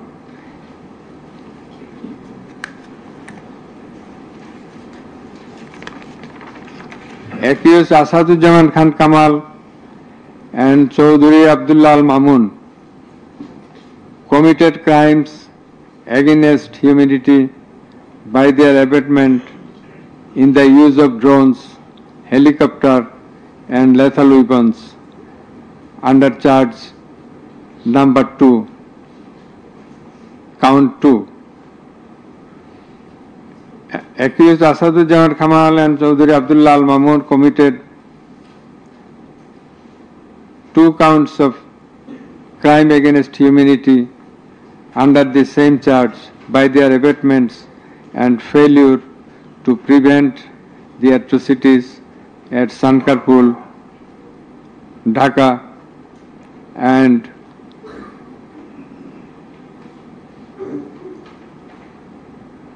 also committed crimes against humanity by their abatements and failure to prevent the atrocities in Ashulia, Sabha, Dhaka under the same charge. Accused Sheikh Hasina, the Prime Minister and as the President of Awami League and the controlling authority of all affiliated organizations, was the superior commander of the said party leaders and activists, as well as the Home Minister and Inspector General of Police, that is accused Sheikh Hasina and 2 other accused were in the superior and subordinate relationship. On the other hand, the Home Minister was the superior of the Inspector General of Police, that is they are in the superior and subordinate relationship. As required to be an element as required by the provisions of Rome Statute. In the like way, all the police officers are subordinate to the Inspector General of Police. They worked under him. Thus, it is apparent that accused Prime Minister Sheikh Hasina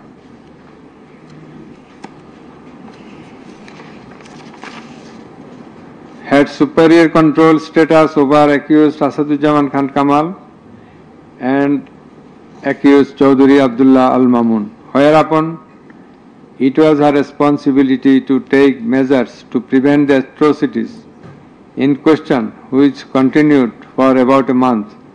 She did not also take any punitive measures against the perpetrators. In the like way, Home Minister Asadujaman Khan Kamal held superior command responsibility over the Inspector General of Police and other successive other officers, and as such he had the superior command responsibility to prevent all of them from committing the atrocities and for taking punitive measures against the perpetrators. Thus, both the accused Asadujaman Khan Kamal and Inspector General of Police Chaudhuri Abdullah Al Mamun, they committed crimes against humanity by their abatement, that is facilitation, and their failure to prevent the atrocities committed by their underlings, and hence they are liable to be punished under section 32A, 32G, 32H, 41B and 43 of the International Crimes Tribunals Act. Accused Sheikh Hasina is liable to be punished under section 32A, 32H, 41B and 43 of the International Crimes Tribunals Act 1973. It is obvious from the facts and circumstances delineated herein before that the law enforcers and the activists of ruling party Awami League as well as its affiliated organizations targeted the unarmed civilian protesters countrywide and accordingly attacked them. Therefore, in all the above discussed atrocities, the elements constituting crime against humanity have been fulfilled. The victim witnesses, the other witnesses and the investigating officer held the accused Prime Minister Sheikh Hasina, accused Home Minister Asaduzzaman Khan Kamal and accused Inspector General of Police Chaudhry Abdullah Al Mamun liable for the atrocities. It may be mentioned here that Mr. Chaudhry Abdullah Al Mamun, Inspector General of Police, has been tendered pardon on his application pursuant to section 15 of the Act with a view to obtaining his evidence. He is supposed to have been directly or indirectly concerned in or privy to any of the crimes specified in section 3 on condition of his making a full and true disclosure of the whole of the circumstances relative to the crime and to every other person concerned, whether as principal or abettor in the commission thereof. According to subsection 2 and 3 of section 15, he has been examined as a witness and detained in custody until today. It appears to the tribunal that he made a full and true disclosure of whole of the circumstances within his knowledge relative to the crime and to every other person concerned, both as principal and abettor in the commission thereof. He categorically admitted his involvement in the alleged acts and disclosed that a core committee consisting of Home Minister Asaduzzaman Khan Kamal himself used to hold meeting every day at the residence of accused Home Minister Asaduzzaman Khan Kamal to take decisions as to the necessary measures to face the movement of the students and to pass the instructions and to pass necessary instructions. He said that accused Prime Minister used to pass directions to the core committee in this regard. This accused also said that Sheikh Hasina directed them to use drone to trace the location of the protesters and to use helicopter and lethal weapons to kill the protesters. He mentioned that chain of command in the police service was not maintained. In most of the cases, the highest authority used to communicate or contact the mid-level officers like Additional Commissioner Harun Rashid, Additional Commissioner Monirul Islam. Accused Prime Minister Sheikh Hasina passed the direction in presence of Additional Deputy Commissioner Praloy Kumar Joardar during a core committee meeting. And as such, Joardar conveyed the direction to all the concerned officers throughout the country. Direction means the direction to use helicopter and lethal weapons as well as drones. Chaudhry Abdullah Al-Mamun also mentioned in his testimony that he had a clean image and track record throughout his service for long 36 years. There had been no allegation against him during his long tenure. He said that he feels remorseful and ashamed on seeing the atrocities in the videos displayed in the courtroom. He sought apology to the tribunal and to the people of the country. Although accused Chaudhry Abdullah Al-Mamun claimed to have made full disclosure of the circumstances,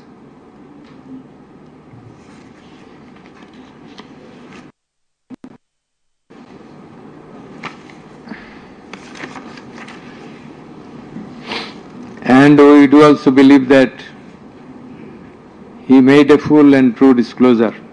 But the offences he committed and admitted is punishable with the capital sentence.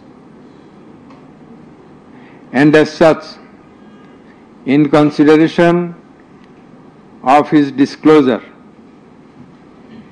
and the gravity of the offences, we do incline to convict him and award him a lenient sentence, which will be declared later on. By the aforesaid acts and omissions, the accused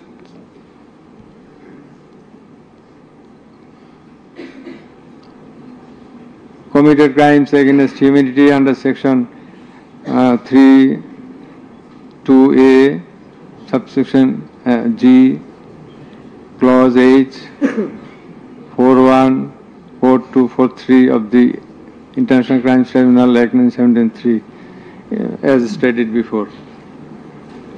The accused Sheikh Hasina and Asaduজ্জামান Khan Kamal remained in abscondence ab initio, despite the fact that notices and warrants were duly served in their given address according to law. Moreover, they were asked by publishing notice in 2 daily newspapers to appear and contest the case, but they did not turn up.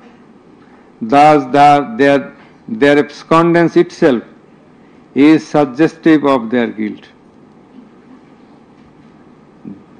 The learned State Defence Counsel contended that the trial of the accused persons under the International Crimes Tribunal Act 1973 is not tenable, since the Act was passed in the Parliament for the purpose of trial of the criminals of War of Independence in 1971.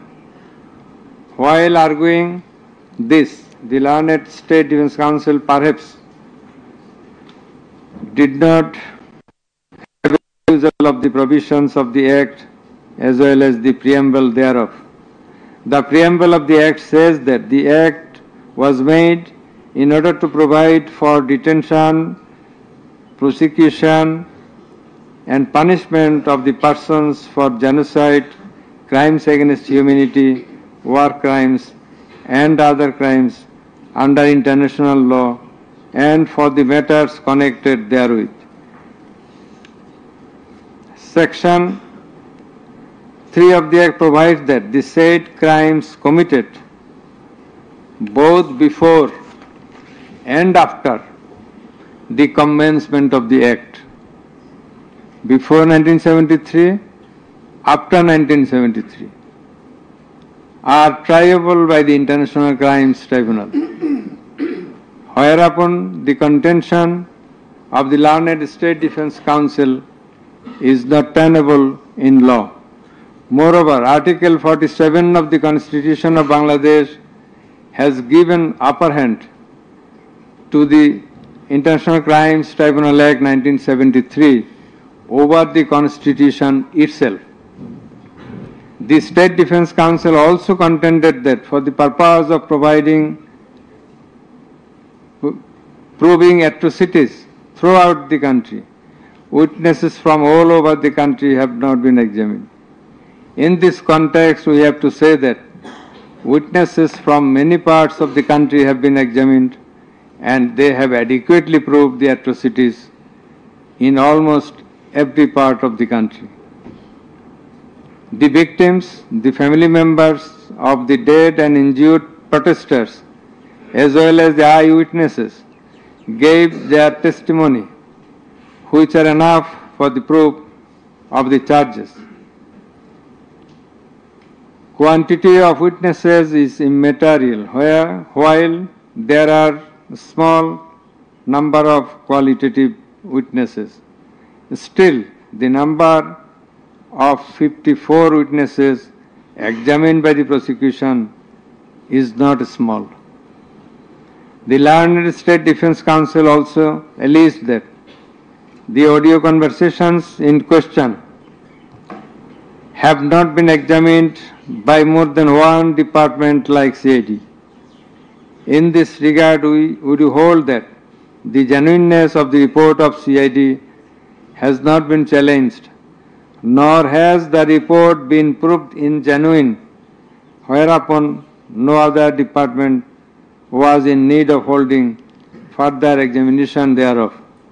It is the further allegation of the learned State Defense Council that accused Sheikh Hasina and Asaduzzaman Khan Kamal did not incite or order the commission of the crimes against humanity as alleged, nor did participate in the commission thereof, and thus they deserve to be acquitted. The learned Chief Prosecutor, in course of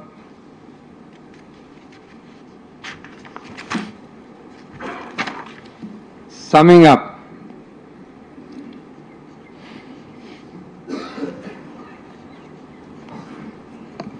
urged for passing necessary order restraining Awami League from running activities as a political party. Although the prosecution depicted series of worse deeds of Awami League regime in the language of the prosecution, since achievement of independence of Bangladesh in 1971, the tribunal does not incline to discuss on this point, since this is not the issue of the instant case.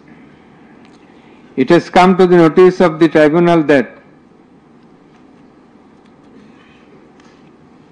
accused Sheikh Hasina, in defiance of the orders of the tribunal to appear and contest the case, has given interviews in the media wherein she denied the allegations leveled against her in this case and also made some derogatory remarks.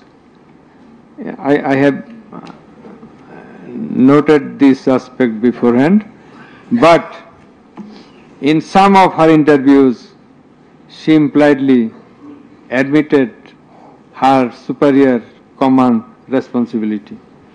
The United Nations Human Rights Commission categorically stated in its report that the political leaders issued direct orders and other directives authorizing and guiding operations by BGB, REB, DGFI, Bangladesh Police, and Detective Branch that involved serious violations of human rights against protesters and other civilian, including extrajudicial killings and arbitrary detention. It has been stated in the report that 1,400 people have been killed by use of lethal weapons during the July movement 2024 by the political leaders, the United Nations Human Rights Commission meant the highest government authorities. The authorities in question are unprecedented in the history of Bangladesh.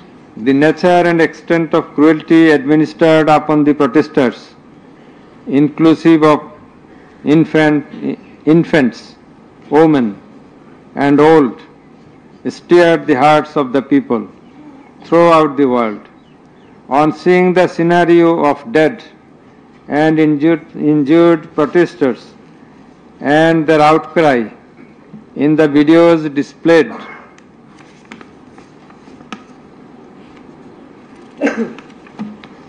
in the courtroom, and also seeing the victim witnesses in the courtroom,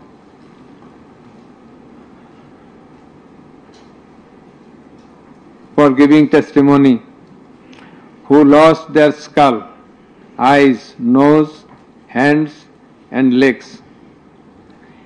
Any human being will fail to be in the normal state of mind seeing such scenario. Such atrocities must be brought to an end at any cost. Justice must not fail. In view of all the above facts and circumstances and findings, it is hereby ordered that accused Sheikh Hasina be found guilty on 3 counts under charge 1. Count number 1, incitement. Count number 2, order to kill. Count number 3, inaction to prevent the atrocities and failing to take punitive actions against the perpetrators, and thus she is punishable. She is liable to punish under section 3, subsection 1A, section 3, subsection 2, clause G, section 3, subsection 2, clause H, section 4, subsection 1, clause B, and section 4, subsection 3 of the International Crimes Tribunals Act 1973 under the charge number 1. But we do hold that for all these 3 counts of crime against humanity, we do incline to award a single sentence, that is the sentence of imprisonment till natural death for under charge 1. Under charge 2,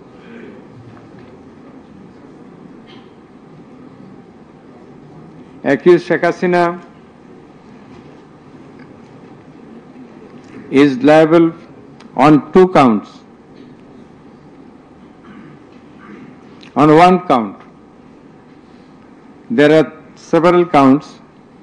For 1 count, that is passing the order for deploying drones, helicopters, and using lethal weapons to kill the protesters. She committed crime against humanity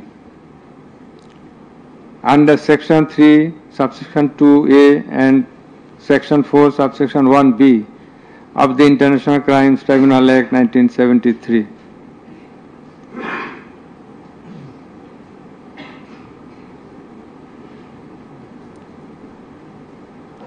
She also committed the same crime again, the same crime of crime against humanity on the second count, killing 6 persons at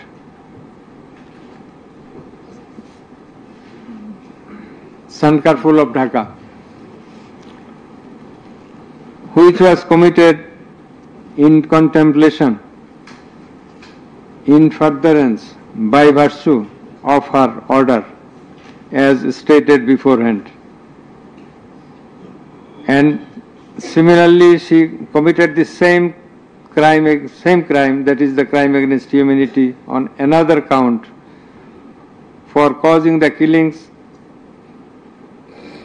at Ashulia of Sabar, killing of 6 persons. For all these 3 counts, we have decided to inflict her with only one sentence, that is sentence of death.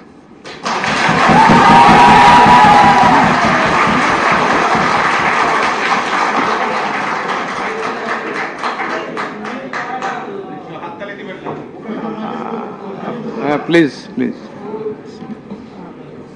For আপনাদের বিনীতভাবে অনুরোধ করছি আদালতের decorum, ট্রাইব্যুনালের decorum maintain করার জন্য। আপনাদের যা উচ্ছ্বাস, যা এক্সপেকটেশন, যা প্রকাশভঙ্গি, সেটা আদালতের ট্রাইব্যুনাল রুমের বাইরে যে করলে সেটা আরো শোভনীয় দেখা যাবে। Thank you. প্লিজ সাইলেন্ট থাকবেন।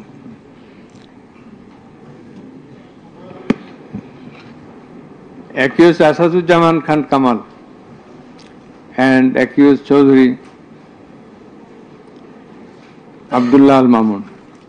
Accused Asaduzzaman Khan Kamal is liable for committing crime against humanity for the occurrence of killing 6 persons at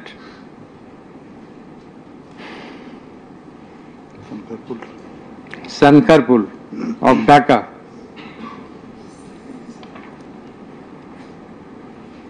In this occurrence, they are liable for committing crimes against humanity by their abatement and failing to prevent the atrocities, and also to failing to take necessary preventive measures, punitive measures, and thus Asaduzzaman Khan Kamal is held liable for the commission of crime against humanity under section 32A, 32G, 32H, 41B, 43 of the International Crimes Tribunal Act 1973 for the commission of killing of 6 persons both at Sankarpur and 6 persons at Ashulia of Sabar, and for both the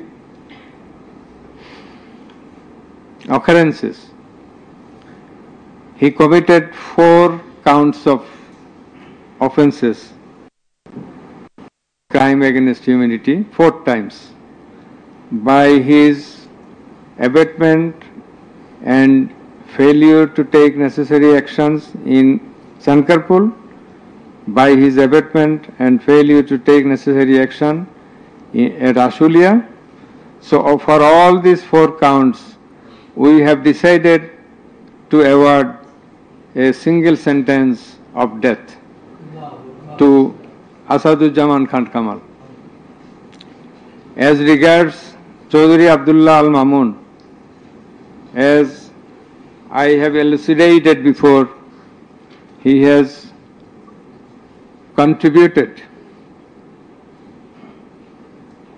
to the trial of this case by making full and true disclosure of the circumstances within his knowledge. Yet, he also admitted, and he was involved in all the occurrences throughout the 36 days of movement considering both his contributions, his admissions, with the material evidences to the tribunal to arrive at the correct decision, and also in consideration of the gravity of the offence, we are both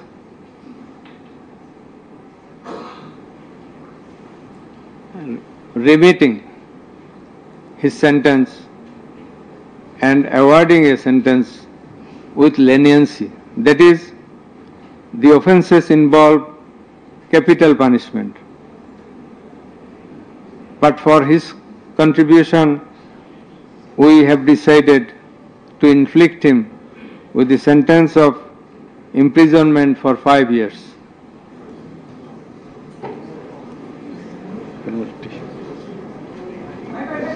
The properties of accused Sheikh Hasina and accused Asaduzzaman Khan Kamal in Bangladesh be confiscated in favor of the state.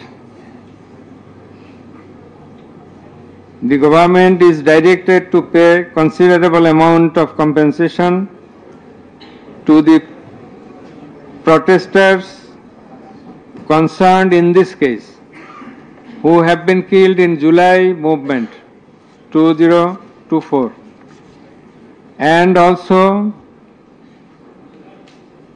to take measures to pay adequate compensation to the wounded protesters in consideration of the gravity of their injury and loss. The sentence shall be carried out in accordance with the provisions laid down in Section 20, subsection 3 of the International Crimes Tribunals Act 1973, preferably pursuant to the long-standing practice. Let a copy of this judgment be transmitted to the District Magistrate Dhaka for necessary action. Let copy of the judgment be supplied to accused Chaudhry Abdullah Al Mamun according to law. The absconding accused will not get any copy at the moment. So thank you all very much.